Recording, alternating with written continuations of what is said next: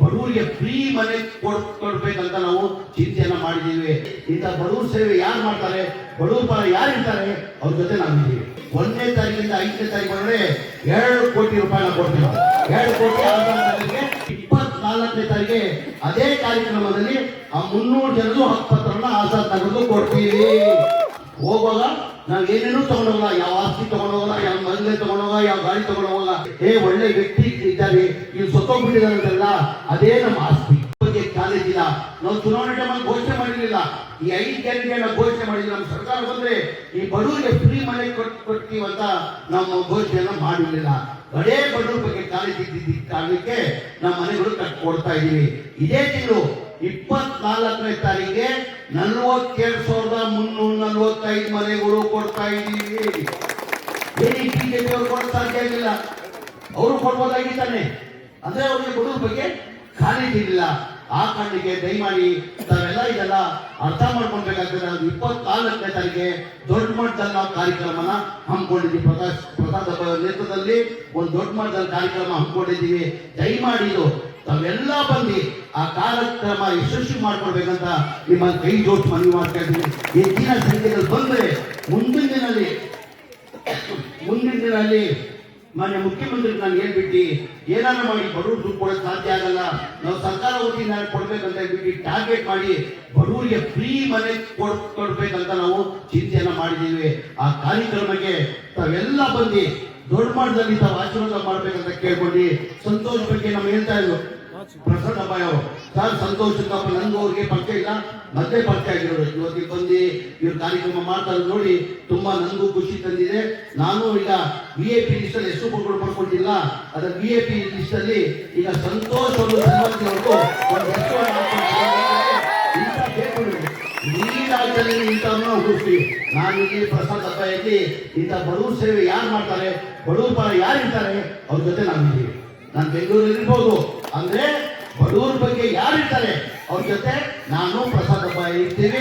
ನಿನ್ನ VIP list number ಹಾಕೊಳ್ತೀನಿ, ನೀನು ಯಾವ ತರ ಫೋನ್ ಮಾಡು, 24/7 ನಿನ್ ಫೋನ್ ಅನ್ನ ಎತ್ತೀನಿ, ನೀವು ಮಾಡ್ತೀನಿ. ಅಂದ್ರೆ ಪ್ರಸಾದ್ ಅಬ್ಬಾಯಿ ಬಹಳ ನಂಬ್ಕೊಂಡಿದ್ದಾರೆ.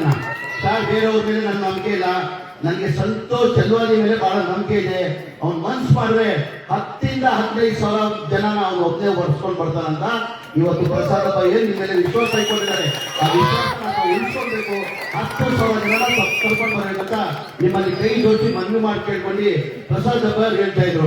ನಮ್ಮ ಸರ್ಕಾರ ಬಂದಾದ್ಮೇಲೆ ನಾನ್ ಚೇರ್ಮನ್ ಆದ್ಮೇಲೆ ಇಲ್ಲಿ ಒಂದು ಅಂಬೇಡ್ಕರ್ ಭವನ್ ಬೇಕಂತ ಎಲ್ಲ ಜನ ಕೇಳ್ತಾ ಇದ್ರು. 1.5 ಕೋಟಿ ನಾನು ಸ್ಯಾಂಕ್ಷನ್ ಮಾಡಿಕೊಟ್ಟಿದ್ದೀನಿ ಅಂತ. ಈಗ ರಸ್ತೆ ಮಾಡಕ್ಕೆ 2 ಕೋಟಿ ಬೇಕಂತ ಚೇರ್ಮನ್ ಮಾಡ್ಬೇಕದು. ಅವ್ರು ದೊಡ್ಡನವ್ರು. ಈಗ ಚೇರ್ಮನ್ ಸ್ಲಮ್ ಬೋರ್ಡ್ ಚೇರ್ಮನ್ ಯಾರು, ಪ್ರಸಾದ್ ಅಬ್ಬಾಯಿ ಅವರೇ. ಅವ್ರು ನನ್ಗೇನು ಕೇಳಬೇಕಾಗಿಲ್ಲ, ಅವ್ರದೊಂದು ಪವರ್ ಸಿಗ್ತದೆ. ಅಂದ್ರೆ ದೊಡ್ಡ ನಾವು ನೋಡಿಲ್ಲ. ಈಗ ಪ್ರಸಾದ್ ಅಬ್ಬಾಯಿ ರಸ್ತೆ ಆಗಕ್ಕೆ 1 ಕೋಟಿ ಬೇಕಾಗ್ತದಂತ ಪ್ರಸಾದ್ ಅಬ್ಬಾಯಿ ಅವರು ಇದ್ದಾರೆ. ಈ ಆಜಾದ್ ನಗರ್ ಸ್ಲಮ್ ಬೋರ್ಡ್ ಏರಿಕೆ ಈ ರಸ್ತೆಗಳು ಮಾಡಕ್ಕೆ 1 ಕೋಟಿ ಇಲ್ಲ. 24ನೇ ತಾರೀಕು ಮೇಲೆ ಹೋಗಿ 1ನೇ ತಾರೀಕಿಂದ 5ನೇ ತಾರೀಕು ಒಳಗಡೆ 2 ಕೋಟಿ ರೂಪಾಯಿನ ಕೊಡ್ತೀವಿ. 2 ಕೋಟಿ ಆಜಾದ್ ನಗರ್ಗೆ 2 ಕೋಟಿಯನ್ನ ಕೊಡ್ತೀವಿ. ದಯಮಾಡಿ ಸಂತೋಷವನ್ನ ನನ್ನ ಮನವಿ ಮಾಡ್ಕೊಳ್ಳೋದು ಟೈಮ್ ಇಲ್ಲ. ಏನಿತ್ತು ಮಾಡಿ ನಿಮ್ಮಂತವ್ರು ಒಳ್ಳೆ ಕೆಲಸ ಮಾಡೋರು ಇಡೀ ರಾಜ್ಯದಲ್ಲಿ ಯಾರನ್ನ ಇರಲಿ ಅವ್ರ ಜೊತೆ ನಾವಿರ್ತೀವಿ.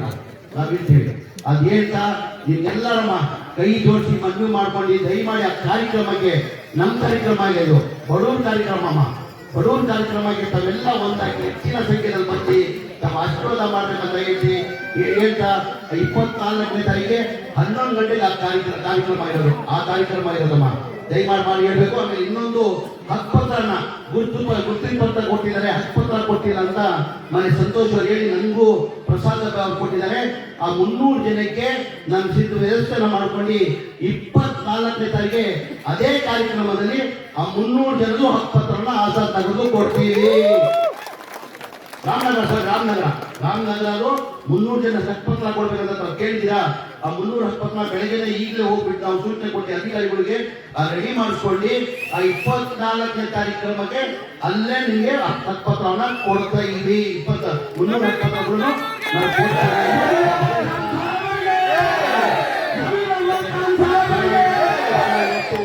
ಸಂತೋಷ, ನಾನು ಖುಷಿಯನ್ನು ತಂದಿದ್ದೀನಿ. ಇವತ್ತು ಎಲ್ಲಾ ಸಮಾಜದವರು ಸೇರಿ ಈ ಈ ಹಬ್ಬದ ನಮ್ಮ ಆಚರಿಸ್ತಾ ಇರೋದು ನಮಗೆ ತುಂಬಾ ಖುಷಿಯನ್ನು ತಂದಿದೆ.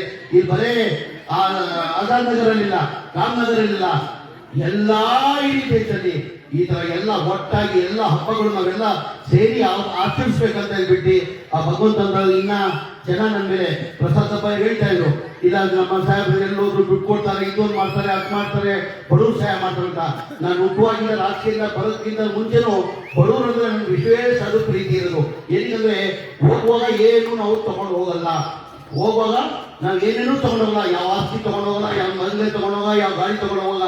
ಹೋಗುವಾಗ 4 ಜನ ಸತ್ತಾದ್ಮೇಲೆ 4 ಜನ ಕಣ್ಣಲ್ಲಿ ಆಗ್ತಾರೆ ನೋಡಿ, ಒಳ್ಳೆ ವ್ಯಕ್ತಿ ಇದ್ದಾರೆ, ಇವ್ರು ಸತ್ತೋಗ್ಬಿಟ್ಟಿದಾರಂತಲ್ಲ, ಅದೇ ನಮ್ಮ ಆಸ್ತಿ, ಅದೇ ನಮ್ಮ ಆಸ್ತಿ. ಇವೆಲ್ಲ ಯುವಕರು ಸ್ನೇಹಿತರು ನಾನು ಮನವಿ ಮಾಡ್ತೀನಿ, ದಯಮಾಡಿ 4 ಜನ ಬಡವರು ನೀವು ಸಹಾಯ ಮಾಡಿದ್ರೆ ನಿಮ್ಮ ಕುಟುಂಬಕ್ಕೂ ಒಳ್ಳೇದಾಗ್ತದೆ, ನಿಮಗೂ ಒಳ್ಳೇದಾಗ್ತದೆ. ದಯಮಾಡಿ ಎಲ್ಲ ಸೇರಿ ಬಡವರು ನಾವೆಲ್ಲ ಸಹಾಯ ಮಾಡಬೇಕು, ನಮ್ಮ ಕರ್ತವ್ಯ, ನಮ್ಮ ಧರ್ಮ ಅಂತ ಹೇಳಿ ಇನ್ನೊಂದು ಬಾರಿ ಸಂತೋಷ್ ಅವರಿಗೆ, ಸಂತೋಷ್ ಅವರೇ, ಸಂತೋಷ್ ನಿನ್ ಜವಾಬ್ದಾರಿ 10,000 ಇಂದ ಕಡಿಮೆ ಇಲ್ಲ. ನಾನು ನಿಂತ್ಕೊಂಡು ನಿಮ್ ಬಗ್ಗೆ ಸ್ಪೀಚ್ ಕೇಳಿಲ್ಲ. ಎಲ್ಲರೂ ಬರ್ತೇವೆ, ಎಲ್ಲರೂ ಬರ್ತೇವೆ, ಸಾಹೇಬ್ರನ್ನ ಎಲ್ಲರೂ ಹೋಗ್ರಿ. ಅದು ಪ್ರಸಾದ್ ರೂಮ್ ಅಲ್ಲೇ ಇಟ್ಬಿಟ್ರು ಸರ್, ಒಬ್ಬನೇ ಸರ್ 10ರಿಂದ ಜಾಸ್ತಿ ಕರ್ಕೊಂಡ್ಬರ್ತಾನೆ, 100% ಕರ್ಕೊಂಡ್ಬರ್ತಾನೆ ಸಂತೋಷ್ ಬಗ್ಗೆ ಅಂತ. ಅಲ್ಲಿಂದ ಗಾಡಿಯಿಂದ ಅಲ್ಲಿ ಹೋಟ್ಲಲ್ಲೂ ಮಾತಾಡ್ರು, ಅಲ್ಲಿಂದ ಹೋಟ್ಲ್ವರೆಗೂ ಇಲ್ಲಿ ಬರೋರ್ಗು ಬರೇ ನಿಂದೆ ಸಂತೋಷ್ ಸಂತೋಷ್ ಸಂತೋಷ್ ಸಂತೋಷ್. ಹಾಗಾಗಿ ನಿಮ್ ಮೇಲೆ ಬಹಳ ನಂಬಿಕೆ ಇದ್ದಾರೆ, ದಯಮಾಡಿ ನೀವು ಹೆಚ್ಚಿನ ಸಂಖ್ಯೆಯಲ್ಲಿ ಕರ್ಕೊಂಡು ಬರ್ಬೇಕಂತ. ಇಲ್ಲಿ ಏನೇನು ಸಮಸ್ಯೆ ಇದೆ ಮುಂದಿನ ದಿನನೂ ಮುಂದೆ ನಾವು ಮಾಡ್ತೀವಿ. ಯಾವ್ದೇನಾರ ಹೇಳಿ 2028 ಕಾಂಗ್ರೆಸ್ ಸರ್ಕಾರನೇ ಬರೋದು. ಕಾಂಗ್ರೆಸ್ ಸರ್ಕಾರ ಬಂದ್ರೆ ಮಧ್ಯದಲ್ಲಿ ಆಗ ಚಾನ್ಸಸ್ ಇದೆ. 28 ನಮ್ ಪ್ರಸಾದ್ ಹಬ್ಬ ಮಂತ್ರಿ ಆಗತ್ ಖಚಿತ. ಪ್ರಸಾದ್ ಹಬ್ಬ ಅವರು ಮಂತ್ರಿ ಆಗ ಇದಕ್ಕೆ 3 ಬಾರಿ ಗೆದ್ದಿದ್ದಾರೆ. ಹ್ಯಾಟ್ರಿಕ್ ಇರೋರು, ಹ್ಯಾಟ್ರಿಕ್ ಇರೋ 4ನೇ ಬಾರಿ ಅವ್ರು ನೋಡಿದೆ. ಈಗ 1ನೇ ಬಾರಿ MLA ನಾವು ದೇವರನ್ನ ಮಾತಾಡೋಕ್ಕಾಗಲ್ಲಮ್ಮ. ನಾನು 5 ಬಾರಿ MLA ಆಗಿದ್ದೀನಿ, 3 ಬಾರಿ ಮಂತ್ರಿ ಆಗಿದ್ದೀನಿ, ನಾನು ಬಹಳ ಸ್ಥಿಗೆ ಇದ್ದೀನಿ.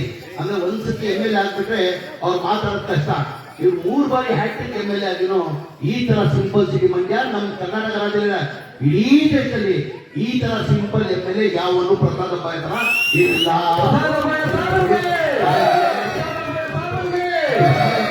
ಅಂತ ಹೇಳ್ತಿ.